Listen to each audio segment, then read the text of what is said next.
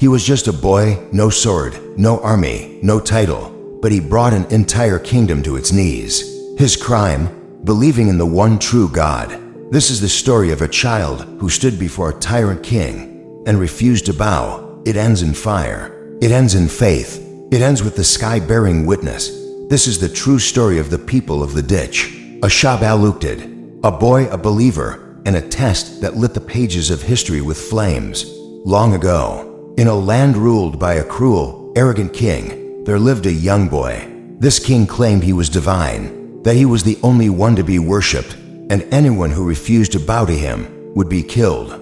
But something strange began to happen. The king had a magician, someone who performed illusions to keep the people under control.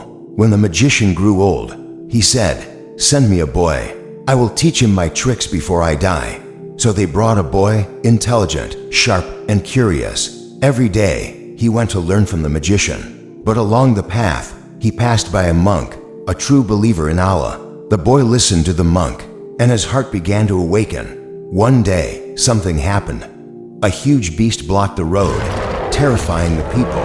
The boy thought, "Today I will know who is right, the magician or the monk."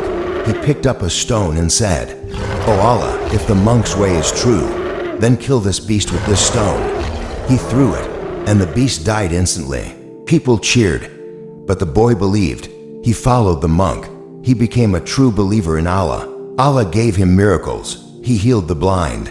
He cured the sick. He did things no magician could do. Soon, the king heard whispers of a boy who could perform wonders and who didn't believe in the king's false godhood. The boy was arrested, beaten, threatened, but he never turned back. They tried to kill him multiple times, threw him off a cliff. Allah saved him. Tried to drown him. Allah protected him. Finally, the boy said to the king, "You will never kill me unless you do what I say." The king leaned in.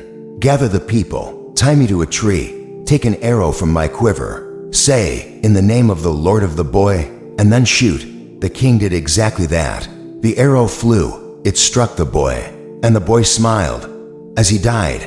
Why? Because in that moment, the entire crowd shouted, "We believe in the Lord of the boy."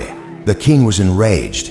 His people were turning against him, so he ordered a trench to be dug, a massive ditch filled with fire, and he declared, "Throw into the fire every man, woman, and child who believes in the boy's Lord." One by one, they were thrown in. Even a woman with her newborn child was brought forward. She hesitated, and Allah made the baby speak from her arms. "Be patient, mother, you are on the truth." And she stepped forward into the fire, with her baby, firm in belief. The Quran records this moment.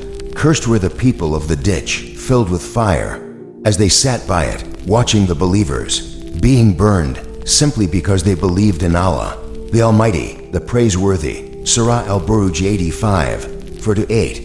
The sky watched, the earth shook, and their names were etched in eternal verses. This is not a story of loss. This is a story of victory of the soul. The boy gave his life and ignited the faith of an entire nation.